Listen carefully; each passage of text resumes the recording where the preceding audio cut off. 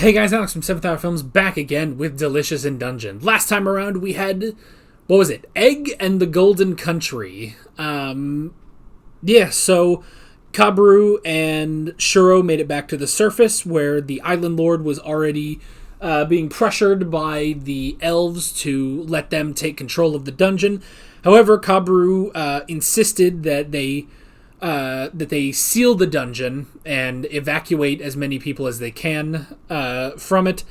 And the elves were like, well, we'll see. We'll see. We'll wait for now, but if things start getting worse, then we will send in our troops and stuff.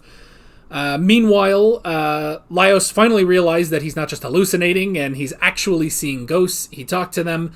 And then the ghosts dragged the crew down into the Golden Country, where the original subjects of King Delgal were living with immortality in a realm where monsters were subdued. They were immortal. Everything was good, except nothing was good, because they were just immortal in a small town and couldn't do anything. They couldn't taste anything.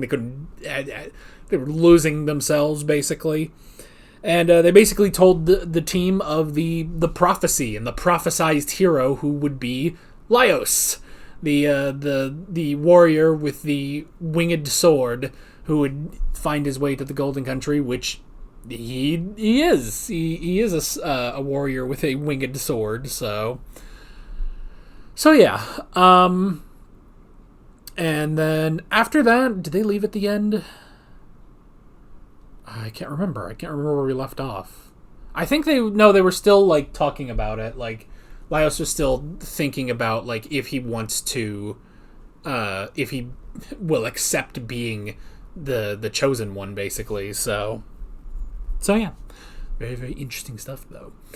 But like always, the reaction is down in the description and in the pinned comment for your viewing pleasure. So why don't we just go ahead and jump right into this episode of Delicious in Dungeon. Here we go.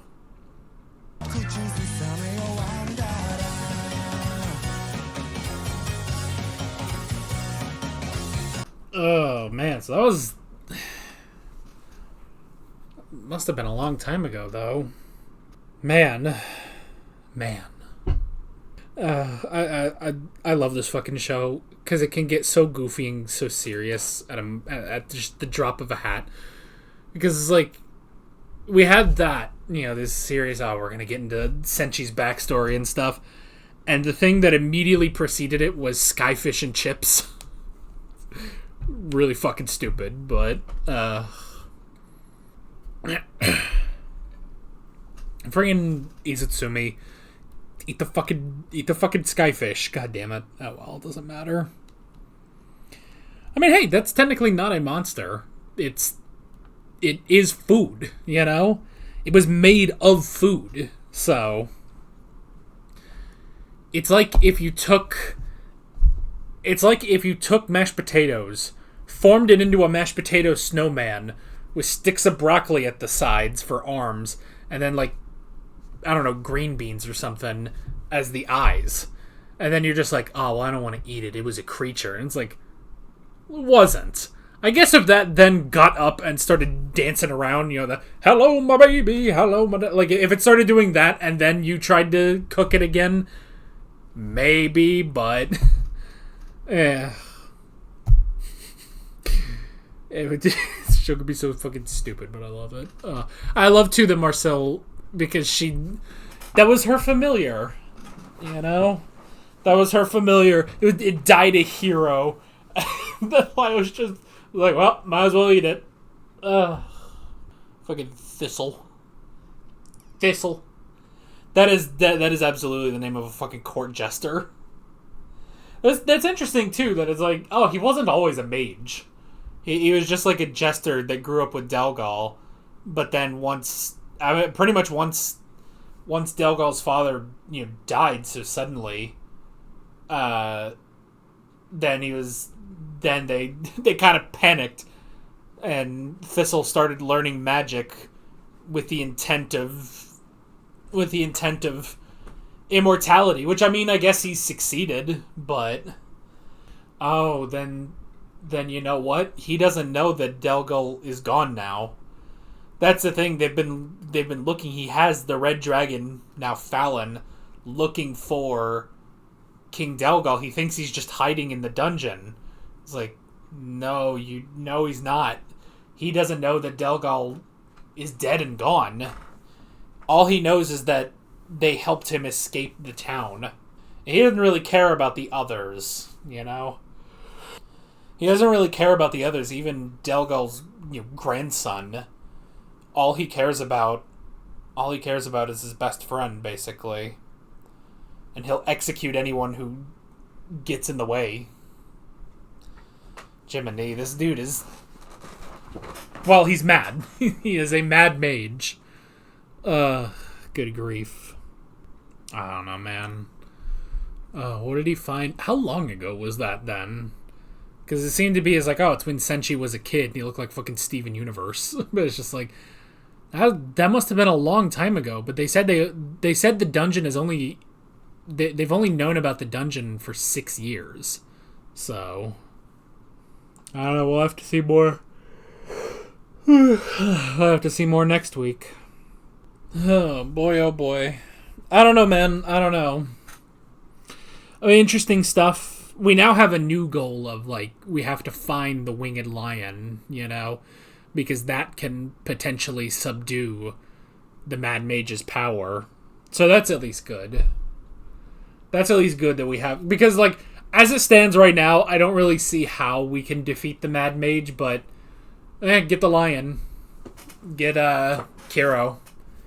When Kiro goes into his lion form. So... Is there another show that does that? Not really. No, I guess I'm just thinking about Kiro in Cardcaptor Sakura. I'm gonna be honest with you guys. I watched Cardcaptors. I will admit I watched the English dub, which I would say for like the first season is okay, and then like it's only in like the second half that it really is like, okay, you're editing way too fucking much. So I will go back one day and I will actually watch the original version of Cardcaptor Sakura. So it takes time. I was watching it with my brother. He watched the English dub, back in the day when it aired. So he was showing that to me. But someday I will go back and I will watch the original version of Cardcaptor Sakura. So anywho, but yeah, man. I don't know. You gotta get the winged lion. There's a lion in Narnia, right? It's just I've never fucking read or watched Narnia ever, but Aslan, and it's like Liam Neeson, and he's like, ride me. That's all I fucking know. So that's all I know about the Chronicles of Narnia. I don't know. Are there anything else with lions? I've watched The Lion King. How can I relate this to more stories that have lions in it? I don't know, but yeah. But it's interesting too, like, because we hear, like, we have the goal. I can yawn again. I'm fucking tired today, apparently. I went to sleep at a decent time last night, but I'm fucking tired. Anyway. But it's interesting, we get the whole thing of like, oh, well, you need to go find the winged lion because that is the only way to subdue Thistle's power. And it's like, okay, well, that's pretty interesting. But then, pretty much immediately, it's like, well, here's a Griffin who is part lion, A Griffin is part lion. And it's interesting, too, like, the difference between, I guess, a Griffin and a Chimera. I mean, I suppose...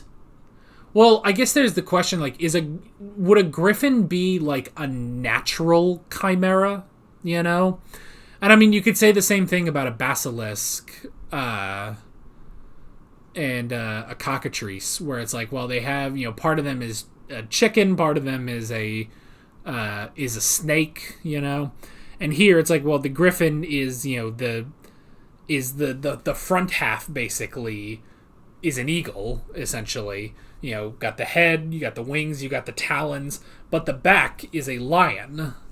So, I don't know. But Fallon is technically a chimera of her the red dragon, and something with feathers, another type of avian. Which I guess we also had the harpies, in that same episode where we saw Fallon. We also had the harpies, which are, kind of part human, part avian. So, yeah, I guess that's the thing. Is it more of a sort of natural chimera, whereas Fallon is unnatural because she was reborn from the flesh of the red dragon, that she counts more as a chimera than anything else. I don't know.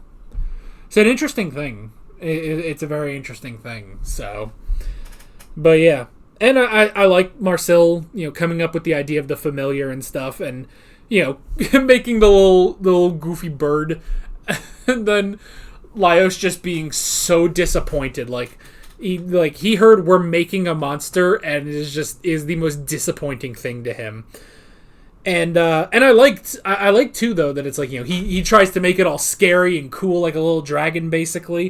And it's just no, honestly, that was more form over function, And I like that it's okay, what kind of flying creature could, in theory, defeat a griffin?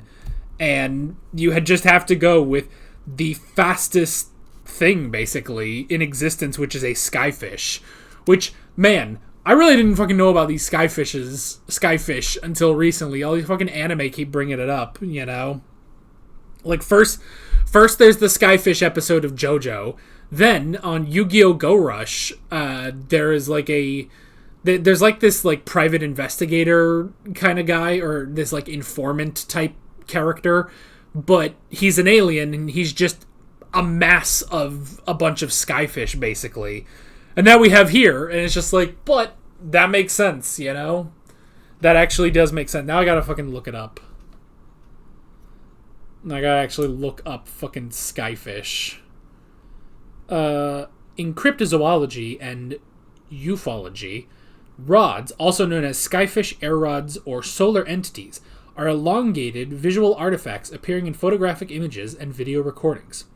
Most optical analysis to date have concluded that the images are insects moving across the frame as the photo is being captured, although cryptozoologists and ufologists claim that they are paranormal in nature. Good grief. Yeah, I guess cryptozoology, they're talking about cryptids specifically, so... But it's an interesting... But I mean, if you can make a creature, and, obviously they were limited on what they could make, but I like that. I like that idea. It's a skyfish that would be fast enough in order to defeat this griffin, basically bring it down so that Laios could kill it, So that was good. I like that. And then to top it all off with just the perfect pun, skyfish and chips. They make fish and chips out of a fucking skyfish. Brilliant. So I like that. And then, we're getting some backstory on Senshi, which that'll be interesting to see. We only got 2 episodes left of this show, so I will be very curious as to see that. And also, I like, Chilchuck talking about himself and actually admitting that he has a wife and children. Though, he says, but for reasons, I haven't been able to see them for a while. So it's is he on the outs? Does he not have a good relationship with his wife or something? It's aw, chill. I don't know. I would almost see it, though. Oh, I could almost see it in my head of, maybe he's on the outs with his wife and he's staying away, but he takes all these jobs because it's God damn it, he will provide for his fucking children, even if he can't be there for them. They said he was 27, which, I mean, I guess, at age 27, yeah, you could have a wife and children, so... Oh, good grief.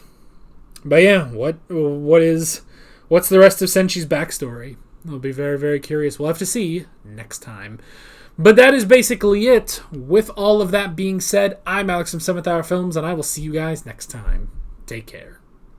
Alright guys, thanks for watching this video. There's a bunch of links on screen if you want to go click around any of those. There's a playlist with all of my delicious and dungeon reactions, as well as another video you can go click on if you want. There's also a subscribe button and a Patreon button on screen, as well as other links in the description if you want to go check out any of those. See you guys later.